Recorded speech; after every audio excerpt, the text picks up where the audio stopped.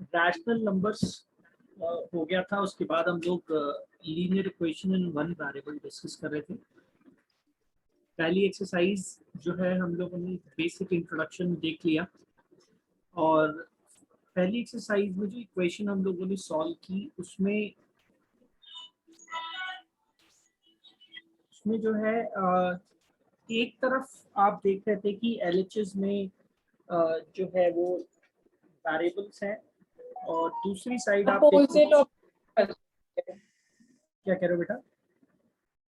हम अच्छा first question में तो सारे जगह पे हमने अपोजिट ऑपरेशंस कर दिया है।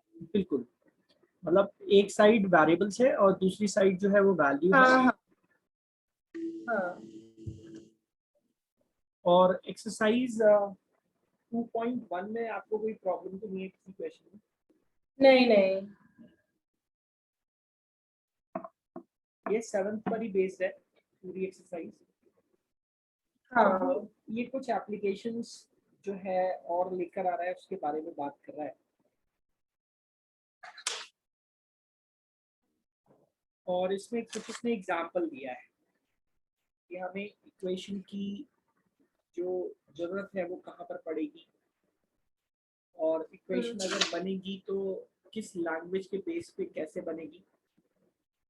तो हाँ एक एग्जांपल इसने लिया है जिसमें ये कह रहा है कि सपोज दो नंबर्स हैं, पेज नंबर 24 पे आते हैं। हाँ। Sum of two numbers is 74. One of the number is 10 more than the other. What are the numbers? Now, in this kind of questions, we actually do not know what are the values of those two numbers. Value क्या है नहीं पता हमें। अब जो चीज नहीं पता उसके लिए यही वेरिएबल बना है। देखिए अभी तो लैंग्वेज चलो सिंपल है, आप इसे चाहे तो ओरली भी सॉल्व कर सकते हैं, मैं भी करवा सकता हूँ ओरली आपको सॉल्व, और आप समझ भी जाओगे with in second without putting a single dot on your notebook, आप इसे सॉल्व कर सकते हो। लेकिन प्रॉब्लम यही है हमारे एजुकेशन सिस्टम की कि हमें सॉल्व करने का नंबर नहीं मिलता, हमें लिखने का नंबर मिलता है। तो हमें वो भी सीखना है और हमें जो है दूसरी चीजों को भी सीखना है। First of all, we do not know the two numbers. So when we do not know value of a particular number or something else, we would take a variable instead of knowing that value कि भाई उसका value मुझे पता नहीं है, तो उसकी जगह पे मैंने क्या किया, एक वेरिएबल जो है वो एज्यूम कर दिया। अब वो x y z कुछ भी हो सकता है, तो प्रॉपर जो स्टार्टिंग है वो यहीं से होगी कि लेट, और ऐसे बेसिक एग्जांपल थोड़े से 7th में भी थे, फिर भी इसको डिस्कस तो करना ही है। Let one of the number one of the numbers dx, ऐसा मैंने एज्यूम कर लिया। अब प्रॉब्लम ये है कि ये जो मैंने x एज्यूम किया है ये मेरा कोई एक नंबर तो है, लेकिन ये बड़ा है या छोटा है ये मुझे मालूम नहीं। अब इसी के बेसिस पे हम अलग अलग पॉइंट ऑफ व्यू से इक्वेशन कैसे बना सकते हैं। अब सोचना जरूरी पड़ेगा इक्वेशन फ्रेम कैसे होनी है, यही मैथमेटिक्स है। सॉल्व करना is not a big thing, solve सब करते हैं, इक्वेशन फ्रेम करना ही मैथमेटिक्स है। तो उसने कहा कि दो नंबर्स है, उसमें एक नंबर दूसरे नंबर से जो है वो 10 ज्यादा है, मोर है। One number is 10 more than the other number. Now actually we do not know whether this x is a smaller number or the greater number. We do not know whether x is smaller or greater. Now in this kind of case, what we should assume while framing the equation, now see, it does not make any difference whether we consider this number as a smaller number or the greater number. It does not make any difference. Now you would think, sir, why it is happening? तो difference कैसे create नहीं होगा, I will show you how. Suppose मैं assume करता हूँ, suppose मैं assume कर रहा हूँ अपने दिमाग में कि मेरा जो x है वो स्मॉलर है। तो अगर मैंने ऐसा एज्यूम किया है, ठीक, तो डेफिनेट सी बात है कि जो दूसरा नंबर होगा वो इससे ग्रेटर होगा, और हाँ, जो दूसरा नंबर है इससे ग्रेटर होगा तो वो x+10 होना चाहिए। अब ये दोनों नंबर्स जो हैं वो मेरे पास आ गए, लेकिन किसकी टर्म्स में आए, वेरिएबल की टर्म्स में आए। और आप देखें तो ये x+10 पूरा एक एक्सप्रेशन है, so I will put it in the bracket, because अभी तक तो ठीक है जहाँ प्लस हो रहा है, लेकिन जहाँ माइनस होगा या कुछ और चीज आ जाएगी मल्टीप्लाई डिवाइड की, वहां पर हम इक्वेशन सॉल्व करते टाइम गड़बड़ कर देंगे। सो whenever there is a particular expression, put it into the bracket. Then other number is what, x+10, because we are considering the other number is greater than the previous number. Now this was the relation between those two numbers, and one more information is given, because अभी तक मुझे expression मिला है, मुझे equation नहीं मिली है। Equation मुझे तब मिलेगी जब मैं इनको इक्वेट करूंगा किसी के इक्वल, और इक्वेट करने की जहां तक बात है तो उसमें दे रखा है कि sum of those two number is 74। So the equation would be like x plus 10 is equal to 74. Now I'm getting the equation as 2x plus 10 is equal to 74, और मैं अभी आपको इसको ओरली सॉल्व करके भी दिखाऊंगा, और आप इजीली सॉल्व कर सकते हो, and you will visualise it that the question would have been solved in front of your eyes.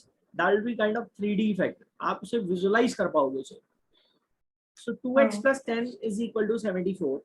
Now this kind of equation can be solved very easily.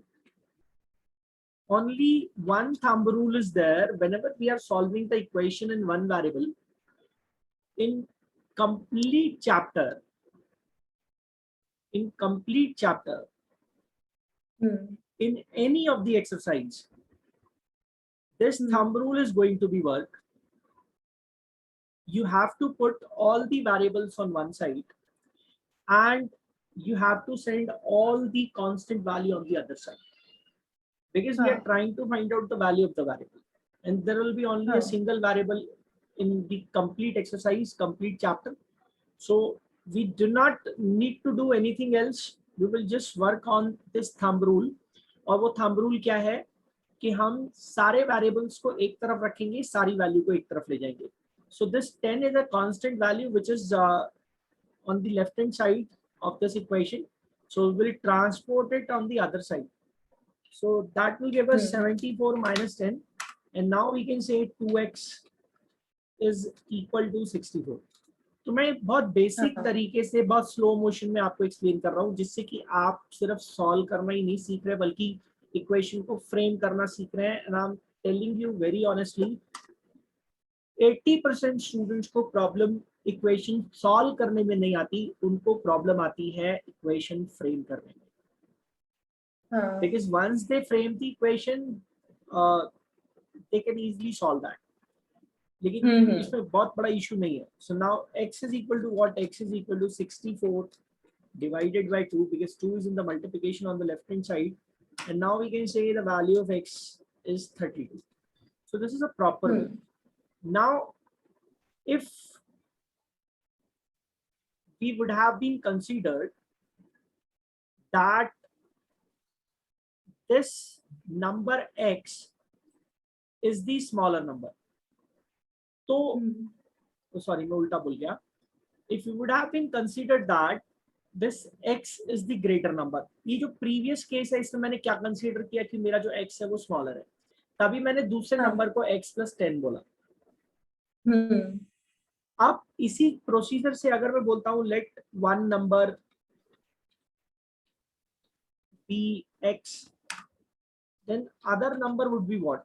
If I'm, because मुझे तो नहीं पता ना कि वो बड़ा है या छोटा है, तो मेरे दिमाग में तो कोई भी आइडिया हिट कर सकता है और उस टाइम पर मैं कुछ भी अपने दिमाग के हिसाब से जो है इक्वेशन को फ्रेम कर सकता हूँ। हाँ, और आंसर तो सेम ही आएगा। बिल्कुल सही है कि आंसर सेम आएगा, but we are also looking for the reason why the answer is coming same. So other number would be, what would be the other number? अच्छा, वो अगर हम एडिशन में लेंगे तो x+10, otherwise x-10। X minus 10, because अब देखो यहाँ पर वो रिलेशन तो क्वेश्चन में मोर का दिया है, लेकिन हाँ हाँ हम लोग इसे कैसे कंसीडर कर रहे हैं कि दूसरा नंबर जो है वो स्मॉलर है, तो डेफिनेट सी बात है कि अगर हम ग्रेटर नंबर को x+10 से ऑब्टेन कर रहे हैं तो स्मॉलर नंबर को मैं 10 सब्सट्रैक्ट करके ऑब्टेन करूंगा, ठीक है ना। तो other number would be x minus 10, and now we can see still the relation of the question is being satisfied here while we are taking x and x minus 10. See, this x is 10 more than this x minus 10. हाँ तो जब question satisfy कर रही है, values जो भी मैंने assume किए हैं वो सेटिस्फाई कर रही है prescribed language of the question को, तो ऐसे केस में फिर वहां पर कभी भी कोई प्रॉब्लम नहीं रहेगी. So now sum of these two is what, sum of these two would be like this, which has to be equal to 74. Now 2x minus 10 should be equal to 74 and 2x should be equal to 84 and the value of x will be 42. अब problem क्या है? Problem यही है, अब बच्चा कहेगा sir वहां तो x का वैल्यू 32 आ रहा है और यहाँ आप x का वैल्यू 42 कह रहे हैं, तो ये तो आंसर अलग अलग आ गया. तो बेटा आंसर अलग अलग जरूर आया x की वैल्यू के लिए, लेकिन आप देखो कि मैंने x को एज्यूम क्या किया है दोनों केसेस में. हाँ, अब हम इसमें बस -10 कर देंगे भाई यहाँ पर जो ये x का वैल्यू आया इसके हिसाब से x+10 का वैल्यू अगर मैं निकालता हूँ तो वो 42 होगा. So now this 42 is the greater number and this 32 is what? This 32 is the smaller number. And now still in the second case 42 is the greater number because मैंने assume ही x को ऐसे किया था कि वो greater है, और फिर जब मैं यहाँ पर x minus 10 का वैल्यू निकालूंगा जो कि मेरा दूसरा नंबर है, so that will come out to be 32. So now we can compare, the answer will be same. It does not make any difference how we are putting the equation, how we are considering the variables. जो भी हम consider करेंगे, जो भी हम frame करेंगे, वो according to the prescribed language of the question होना चाहिए. अगर वो सही है तो हम अपने हिसाब से इक्वेशन को चला सकते हैं. फर्दर देखते हैं, बिकॉज इक्वेशन कभी भी वैल्यू गलत नहीं देती है. नहीं. अब मैंने आपको ये बताया कि बिल्कुल इक्वेशन हमेशा वैल्यू सही देगी अगर हमने उसको सही फ्रेम किया है. वो कोई पार्शियलिटी नहीं करती. उसके लिए कोई बच्चा अच्छा या बेकार नहीं है, उसके लिए सब बराबर है. वो जो सॉल्व करेगा उसको मार्क्स मिलेंगे. वो जो फ्लैटरिंग होती है स्टूडेंट्स जो करते हैं टीचर्स की फेस वैल्यू और उसके मार्क्स होते हैं, वो सब चीजें नहीं है. फर्दर देखते हैं. मैंने आपको कहा आप इसे ओरली सॉल्व कर सकते हैं. अब आप सोच रहे होगे मैं एक ही क्वेश्चन को पकड़ के इतना क्यों खींच रहा हूँ. उसका रीजन है बिकॉज जब तक हम एनालिसिस नहीं करेंगे, हम सॉल्व कराना है तो विद इन 2 मिनट्स में इसको सॉल्व करा सकता था, लेकिन फिर वो थ्योरी ऑफ लर्निंग फिर बनती नहीं अच्छे से. आराम से सीख रहे हैं, पूरा निचोड़ेंगे, पूरा एक एक करके पूरा साफ कर देंगे तब तक इसको नहीं छोड़ेंगे. तो यहाँ से अगर हम इसको ओरली सॉल्व करना चाहें, सपोज मैं किसी ऐसे जो है स्टूडेंट को एक क्वेश्चन देता हूँ जो 5th क्लास में है, उसको तो नहीं पता वन वेरिएबल नाम की चीज क्या होती है, तो वो उसको कैसे सॉल्व करेगा या कैसे समझेगा.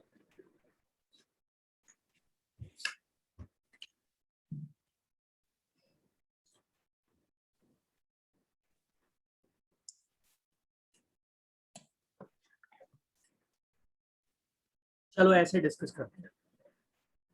2 नंबर्स हैं। अब नंबर्स जैसे ही आते हैं तो बच्चा थोड़ा अनकंफर्टेबल जोन में चला जाता है। वो कहता है कि सर मैथमेटिक्स आ गई। तो हम अपनी लेमैन अप्रोच यूज करते हैं, लैंग्वेज को सिंपल बनाने की कोशिश करते हैं। Suppose there are 2 persons A and B and both of them are having 74 chocolates. अब ये हमारे कंफर्ट जोन में आने लग गया। हाँ 2 पर्सन्स हैं और दोनों के पास टोटल जो है वो 74 चॉकलेट्स हैं। एक पर्सन के पास दूसरे पर्सन से 10 चॉकलेट्स ज्यादा है। हाँ यानी कि सपोज जैसे आपके पास 10 चॉकलेट्स ज्यादा है, मेरे पास जितनी चॉकलेट्स हैं उससे 10 चॉकलेट्स ज्यादा है आपके पास, ठीक। और हमारी दोनों की चॉकलेट्स मिला के कितनी है? 74। हाँ अब अगर आपके पास 10 चॉकलेट्स ज्यादा है, मैं आपसे कहता हूं कि वो 10 चॉकलेट्स आप साइड कर दो, साइड रख दो, जो ज्यादा है आपके पास वो साइड रख दो। हाँ तो आपकी और मेरी चॉकलेट्स बराबर हो गई। और आपकी और मेरी चॉकलेट्स बराबर हो गई और साथ ही साथ हम दोनों की चॉकलेट्स मिला के कितनी हो जाएंगी? 64। हाँ बिकॉज आपने 10 चॉकलेट साइड रख दी है। हाँ हाँ यानी कि आपके और मेरे पास टोटल कितनी चॉकलेट्स हैं? 64। अगर आप 10 चॉकलेट साइड रख देते हैं, हाँ आपकी और मेरी चॉकलेट्स बराबर है, मिलाकर 64 है। यानी कि आपके और मेरे पास 32 रह जाएंगी। हाँ भाई हम दोनों की चॉकलेट्स मिला के हाँ 64 है और हम दोनों की चॉकलेट्स बराबर है, तो हाफ हाफ कर दें। 32 हाँ 32। तो मेरे हाँ पास 32 है और आपके पास वो 10 चॉकलेट जो साइड रखी है वापस ले लो तो 42 हो गई। 42। So we do not need to put a single dot on the notebook. Easily solve कर सकते हैं, and most of the question of this chapter can be solved very easily without putting a single dot. हाँ And this kind of strategy is also going to help you while we are solving the questions which are based on the case study, because this is a new kind of pattern where the questions come in caselets. एक study दी होती है, उसके basis पे 4-5 questions एक साथ पूछता है, 1-1 mark वाले। ऑप्शंस भी दिए होते हैं। ये नया पैटर्न है, लास्ट ईयर से अप्लाई हो रहा है।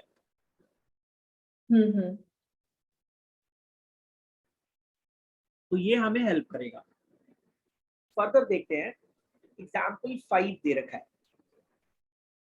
और अगर जो मैंने लैंग्वेज आपको चॉकलेट्स वाली समझाई ना, उसको अगर आप अच्छे से एनालिसिस करेंगे, ये लेफ्ट हैंड साइड वाली जो सॉल्यूशन मैंने पहले किया है, ये जो लेफ्ट हैंड साइड वाला मैंने सॉल्यूशन किया है, ये वाला, इसको आप अगर एनालिसिस करें यहाँ पर, तो ये इक्वेशन भी कुछ ऐसी लैंग्वेज आपको कहती हुई दिखाई देगी। देखो मैं समझाता हूँ। दोनों के पास मिलाकर 74 चॉकलेट्स हैं और आपके पास 10 चॉकलेट्स ज्यादा है, ठीक। फिर हमने कहा कि आपकी और मेरी चॉकलेट्स मिला दी जाए और वो 10 साइड रख ली जाए तो 74 तब भी 74 रहेगा। फिर देखो, फिर वो कह रहा है कि 10 चॉकलेट्स जो ज्यादा थी अगर मैं उसको साइड कर दूं तो यानी कि हमारे दोनों के पास 64 चॉकलेट्स रह गई। आपकी और मेरी चॉकलेट बराबर थी, मैंने हाफ हाफ कर दिया तो हर किसी के पास 32 आ गई। इक्वेशन भी वही कहानी कह रही है, लेकिन हम समझ कैसे रहे हैं ये हमारा इंपॉर्टेंट पार्ट है। सो नाउ बिल्कुल यही सोचना है। मैं आपको अभी तक सिर्फ ये सिखा रहा हूँ कि आपको पढ़ना कैसे है, आपको क्वेश्चन को समझना कैसे है, और अगर एक बार ये आ जाता है तो फिर कोई भी रोक नहीं सकता किसी बच्चे को मैथमेटिक्स में। Now we come to example number 5। कई बार बच्चों को शिकायत रहती है, इतनी बार बोल देता है, एक ही चीज को बार बार रिपीट करता है, एक ही बात को गोल गोल घुमाता है। लेकिन जरूरी है, ड्रिलिंग तो जरूरी है। आप ड्रिल नहीं करोगे तो जो चीज अंदर है बाहर कैसे आएगी? What should be added to the twice the rational number minus 7/3 to get 3/7? कह रहा है कि twice the rational number minus 7/3 में क्या ऐड करें कि 3/7 मिल जाए, हाँ यानी कि -7/3 के डबल में क्या ऐड करें कि 3/7 मिल जाए। हाँ सो हाँ डू वी नो मुझे क्या ऐड करना है? नहीं। अब नहीं, देखो, वो ही अगर फाइंड करना। अगर हम थोड़ा ज्यादा एज में, ऐसे आप अगर 11th-12th में होते या ग्रेजुएट हो गए होते, तो IQ लेवल बढ़ जाता है बच्चे का, अंडरस्टैंडिंग बढ़ जाती है, तो वो इसको इजीली सॉल्व कर लेता है ओरली। अब जैसे मैं आपको दिखा रहा हूँ, आप इजीली कर पाओगे। लेकिन प्रॉब्लम क्या है कि अभी इस ग्रेड में, इस स्टैंडर्ड में हम लोगों को इसको लिख कर करना पड़ेगा, बिकॉज हमें लिखने के भी मार्क्स मिलते हैं। तो इस हाँ पॉइंट ऑफ व्यू से हमें तो नहीं पता। तो सबसे पहले आपको एक चीज दिमाग में हिट करनी है कि वेरिएबल एज्यूम करना है, बिकॉज वन वेरिएबल जब तक नहीं दिखेगा आप सॉल्व नहीं कर पाओगे। दूसरी बात यहाँ पर आती है कि वो जो वन वेरिएबल होगा वो क्या होगा। तो जो चीज मुझे हाँ नहीं पता है उसी के लिए मैं वेरिएबल लेता हूँ। यानी कि क्वेश्चन पढ़ने के बाद सबसे पहले मुझे रिलेशन हिट करना है, कहाँ से? जो चीज मुझे नहीं पता वहां से। नहीं पता। हाँ करेक्ट हो गया? तो अभी मुझे नहीं हाँ पता सर। कि मुझे क्या ऐड करना है। तो सपोज मैंने बोला कि मुझे x ऐड करना है, दैट हाँ वैल्यू इज x। अब ये x किस में ऐड करना है? ट्वाइस ऑफ -7/3 में। ठीक। और हमें क्या मिल जाएगा? 3/7। आपको याद होगा लास्ट ईयर सबसे पहले जब इंट्रोडक्शन हुआ था सिंपल इक्वेशंस का, तो वहां पर हाँ आपने लैंग्वेज के बेसिस पे इक्वेशन को रिलेट करना सीखा था। सबसे पहले सॉल्व करना नहीं सिखाया था। हाँ उन्होंने कहा था देखो इक्वेशन हाँ फ्रेम कैसे होगी। इक्वेशन फ्रेम भी करनी थी। हाँ वो एक क्वेश्चन था अलग से। और फिर उन्होंने ये कहा था कि देखो ये इक्वेशन दे रखी है, आप जो है इसकी लैंग्वेज क्रिएट करो। हाँ तो हम उल्टा रीड करते हैं, इसकी लैंग्वेज अगर मैं क्रिएट करना चाहूँ तो मैं क्या कहूंगा? When x is added to, कैसे कैसे कहूंगा? When x is added to twice of -7/3 we obtain 3/7। हाँ और यही तो क्वेश्चन कह रहा है। तो दोनों एक जैसे ही प्रोसेस है। तो जब हम इस चीज को समझ लेंगे, विजुलाइज कर लेंगे, तो हमारे लिए बहुत इजी हो जाएगा। अब सॉल्व तो आप कर ही सकते हो। हाँ हाँ तो इस x को इस तरफ रखते हैं, बाकी सारी वैल्यू को उस तरफ भेज देते हैं। आप देखो तो -14/3 हो जाएगा। उस साइड ऐड करेंगे तो 3/7 में ऐड हो प्लस। जाएगी, माइनस में आएगी वैल्यू। हाँ हाँ हाँ, तो वो प्लस में कन्वर्ट हो जाएगी, 14 प्लस में। अपॉन 3। हाँ 14 और यहाँ से सॉल्व करके हम लोग सीधा सीधा जो है वो x का वैल्यू निकाल सकते हैं। और जब आप इनको ऐड करोगे तो x का वैल्यू 107 अपॉन 21 ऐसा आ जाएगा। ठीक है। सो लेट्स मूव ऑन हाँ टू एग्जांपल नंबर 6। हाँ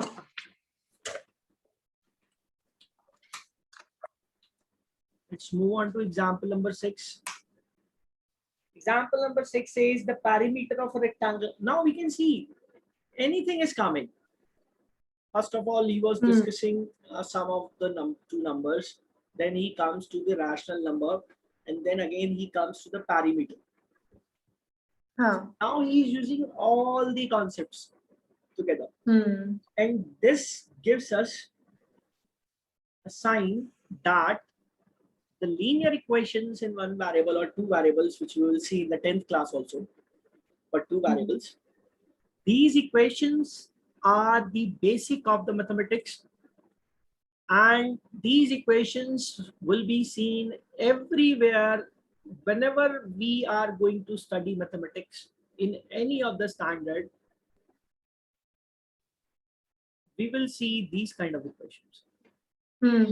इक्वेशन सिर्फ दो ही फॉर्मेट में बनती है। एक आप ये लीनियर फॉर्मेट में देख रहे हो जहाँ डिग्री 1 रहती है, और एक आप क्वाड्रेटिक पढ़ोगे जो मिडिल टर्म स्प्लिट टाइप आपको यहाँ 8th में भी थोड़ा थोड़ा सिखाया जाएगा। तो हाँ ये दो ही फॉर्मेट में इक्वेशन बनती है।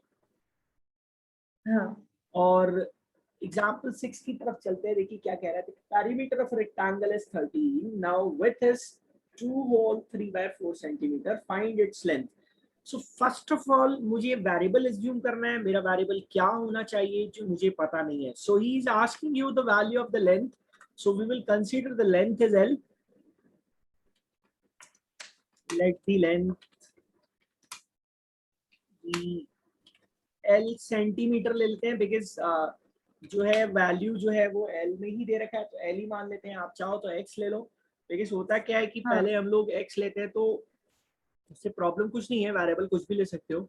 लेकिन फिर एक्स लेके हम लोग सोचते हैं कि मैंने एक्स क्या एज्यूम किया था, तो भी यहाँ एल एज्यूम करेंगे तो हमें याद रहेगा कि एल फॉर लेंथ, सीधा खत्म हो गया. हाँ. वेरिएबल ही रखना है, एक्स रखें वाई रखें एल रखें, उससे कोई फर्क नहीं पड़ता. हाँ. ये कह रहा हाँ. है लेंथ भी एल सेंटीमीटर. सेंटीमीटर क्यों लिया, बिकॉज क्वेश्चन में भी सेंटीमीटर ही था.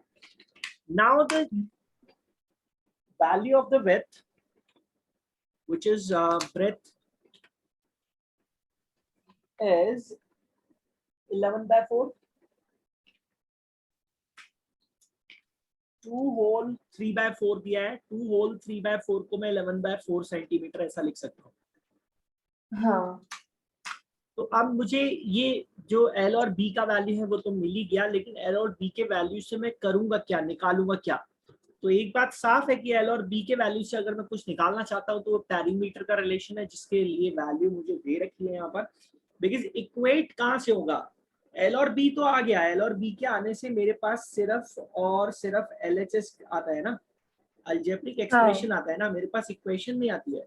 इक्वेशन तब इक्वेशन आएगी के जब मैं इक्वेट करूंगा, और इक्वेट कहाँ से होगा, आप देख सकते हो कि इक्वेट होगा पैरीमीटर के थ्रू.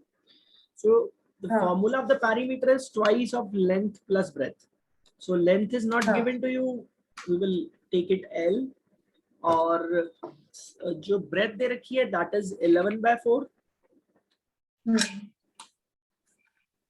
अब सर कैसे होगा, सॉल्व कैसे होगा, पेरीमीटर का वैल्यू दिया है 13.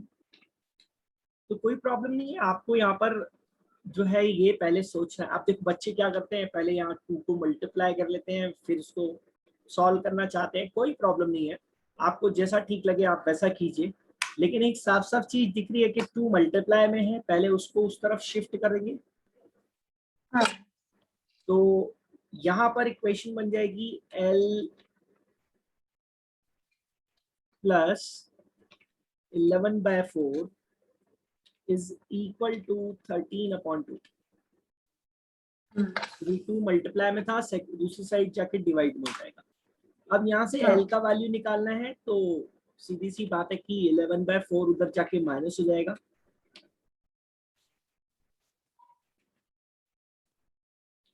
और अब ये फ्रैक्शन इजीली माइनस की जा सकती है, L का वैल्यू मिल जाएगा हमें, और L का वैल्यू माइनस करेंगे तो 15/4 मिलेगा. हाँ. जिसको हम लिख सकते हैं, सॉल्व करके भी लिख सकते हैं, और सॉल्व करके 3.75 ऐसा आ जाएगा सेंटीमीटर. हाँ. और आप चाहो तो फ्रैक्शन में भी छोड़ सकते हो. हाँ. ठीक है. हाँ सर. ओरली सॉल्व करना चाहें तो वो भी कर सकते हैं. तो जो पैरीमीटर है वो क्या होता है, वो लेंथ और ब्रेथ के सम का डबल होता है. हाँ. यानी कि अगर मैं पैरीमीटर का हाफ कर दूं तो मुझे लेंथ और ब्रेथ का सम मिलेगा. हाँ. तो मैंने पैरीमीटर यानी कि 13 का हाफ कर दिया, तो मुझे कितना मिला, 13/2 मिला,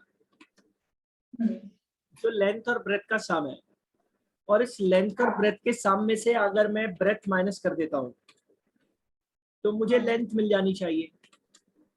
डायरेक्ट इक्वेशन पे भी जा सकते हैं, बिल्कुल फाइनल आंसर कंक्लूड कर सकते हैं, और इसे ओरली सॉल्व करना ही कहा जाएगा. लेकिन again the problem is same, हमें लिखने के नंबर मिलते हैं, हमें आंसर बताने के नंबर नहीं मिलते.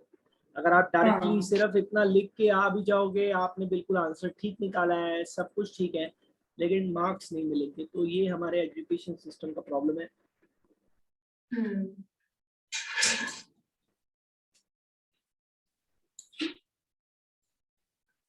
Okay, now let's move on to example number 7. And these examples which are based on the problem of ages are very important. You will take a screenshot of it अगर आपको चाहिए तो. हाँ sir. हाँ.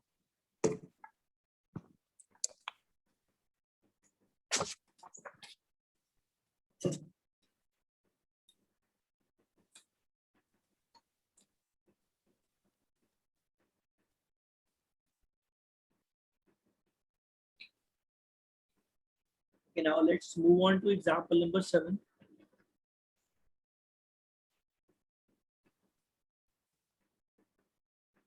The present age of Sahil's mother is 3 times the present age of Sahil. After 5 years, this age will add to 66 years. देखो बेटा, अब edges वाले क्वेश्चन अभी तक आपके जो है सिलेबस में नहीं थे, लेकिन अब आपको दिखेंगे बिकॉज इक्वेशंस एग्जिस्ट कर रही हैं. तो कभी भी एज वाला क्वेश्चन आएगा तो देखो उससे डील कैसे करना है. हमेशा ध्यान रखना कि एज वाले क्वेश्चन में, और ये 10th में भी होगा, ये 9th में भी होगा, ये सब जगह जो भी कॉम्पिटिटिव एग्जाम दोगे फ्यूचर में तो वहां भी होगा, ये एज वाला क्वेश्चन ऑलमोस्ट सब जगह दिखता है.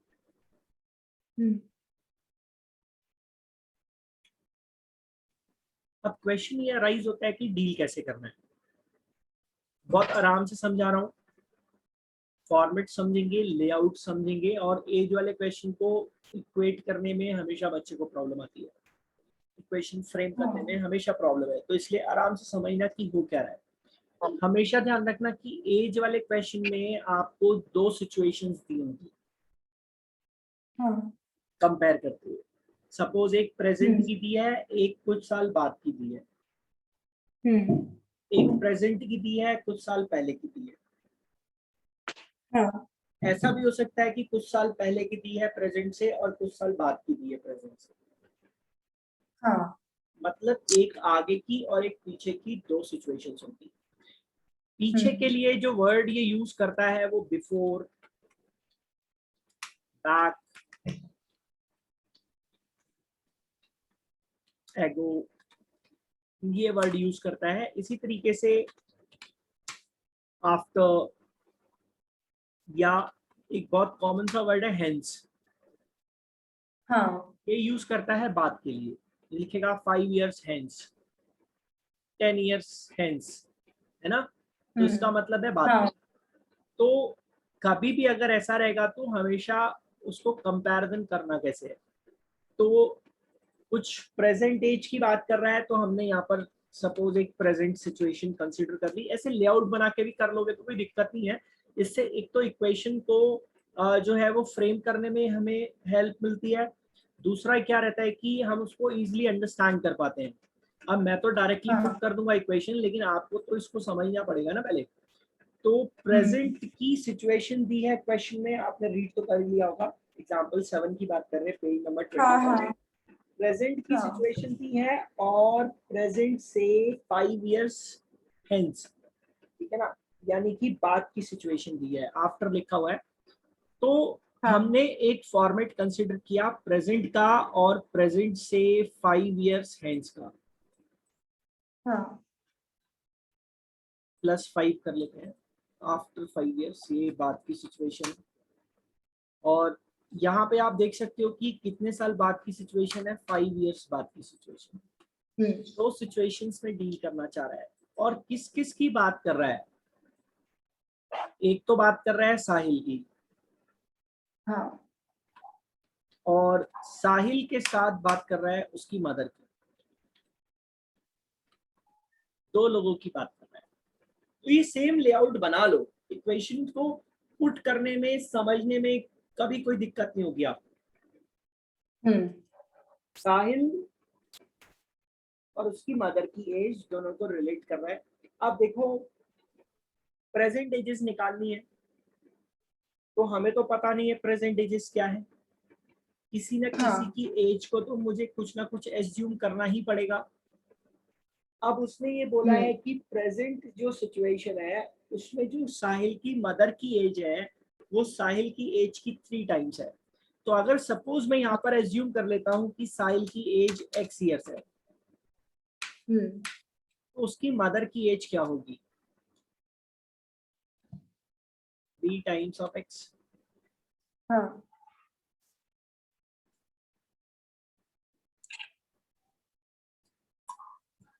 भाई मैंने आपको ये बताया कि साहिल की जो मदर की एज है वो साहिल की एज का 3 टाइम्स है, लिखा है हाँ उसमें। तो हाँ हाँ Sahil's mother's age of Sahil's mother is 3 times the present age of Sahil.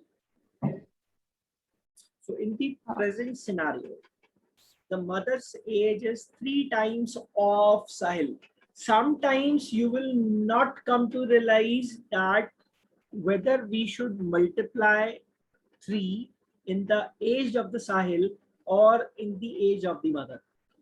ये सबसे बड़ा प्रॉब्लम आप आगे भी फेस करोगे, मैं अभी आपको इंडिकेट कर दे रहा हूँ यहाँ पर।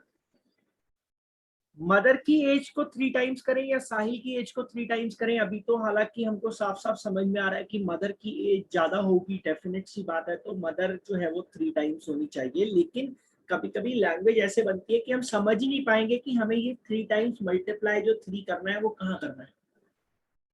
हाँ बिकॉज आप ऐसा भी कभी कभी कर बैठोगे कि अभी सपोज अगर मैं मदर को ही एक्स ले लेता तो मैं क्या करता, या मान लो मैं मदर की एज को वाई ले लेता तो मैं क्या करता।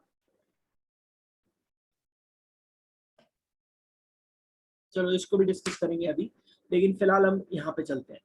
तो हमने साहिल की एज को x लिया, और मैं ये समझाना चाह रहा हूँ कि पता कैसे चलेगा कि किस में मल्टीप्लाई करना है इस 3 को। तो जब आप इस सेंटेंस को ध्यान से पढ़िए, mother's age of Sahil's mother is 3 times the present age of Sahil, then the keyword is of, then age. Keyword है ऑफ, देन एज, जिसके आगे ये 3 वर्ड्स लगे होंगे समझ लीजिएगा उसी में मल्टीप्लाई करना है। आप देखो ये ऑफ किसके आगे लगा है, साहिल के आगे लगा है। हाँ तो साहिल की एज यानी कि x में 3 से मल्टीप्लाई हो रहा है, हाँ तब उसकी मदर की एज मिल रही है हमें। करेक्ट हो गया। हाँ now if we consider the situation which is 5 years after from the present situation. अब देखो 5 years के बाद क्या होगा, साहिल की एज 5 years प्लस हो जाएगी, यानी कि x प्लस 5 हो जाएगी। हाँ और एक बात और श्योर है कि जो उसकी मदर की एज है वो भी तो 5 years प्लस होगी, हाँ यानी कि 3x प्लस 5 हो जाएगी। हाँ और यहाँ पर बच्चे सबसे बड़ी गलती करते हैं, वो एक की एज को तो 5 year प्लस कर देते हैं, लेकिन दूसरे की एज को 5 year प्लस नहीं करते। हाँ बात समझ में आ रही है? वो हाँ दोनों हाँ की एज को प्लस नहीं करते 5 years। लेकिन आप समझो कि जब आप 5 years बाद की सिचुएशन कंसिडर कर रहे हो तो हर किसी की एज, दोनों की पड़ेगी। बिल्कुल हर किसी की एज 5 ईयर बढ़ जाएगी। तो हम लोग यहाँ पर समझ हाँ गए कि 5 years बाद की सिचुएशन ये है। अब क्वेश्चन ये अराइज हो रहा होगा आपके दिमाग में कि ये प्रेजेंट और ये 5 years बाद को हम लोग कंसीडर कर ही क्यों रहे हैं। हाँ आप देखो हर क्वेश्चन में, हर एग्जाम्पल में मैंने आपको एक ही चीज समझाई, और जब मैंने चैप्टर इंट्रोड्यूस किया था तब भी मैंने आपको ये बताया था कि देखो अलजेब्रिक एक्सप्रेशन ये होता है, और वो इक्वेशन कब बनेगा, जब हम उसको किसी के इक्वल इक्वेट करेंगे, तभी हम उसकी वैल्यू भी निकाल पाएंगे। ये जो x प्लस 5 और 3x प्लस 5 आप देख रहे हो, ये तो एक्सप्रेशन है ना। हाँ जब तक मैं इसको किसी के इक्वल इक्वेट नहीं करूंगा, मेरी वैल्यू कैसे निकलेगी? हाँ इसीलिए हम x प्लस 5 और 3x प्लस 5 के ऊपर फोकस कर रहे हैं। अब क्वेश्चन ये उठता है कि प्रेजेंट एज में x और 3x में फोकस क्यों नहीं कर रहे हैं? बिकॉज जो वैल्यू दी है 66, जहां से हाँ मुझे इक्वेशन मिलेगी वो 5 years बाद की सिचुएशन पर बेस्ड है। हाँ इसलिए मुझे आफ्टर वाली इस पे फोकस करना है। तो अब मेरी इक्वेशन कैसे सेट होगी, x प्लस 5 साहिल की एज और उसकी मदर की एज यानी कि 3x प्लस 5, दोनों का सम कितना है? 66 है। हाँ। अब सिंपली इक्वेशन सॉल्व कर सकते हैं। हमें क्या मिलेगा? 4x plus 10 is equal to 66। Bracket open कर दिया, सिंपली प्लस था उन दोनों के बीच में। हाँ हाँ x और 3x 4x हो गया, 5 5 10 हो गया।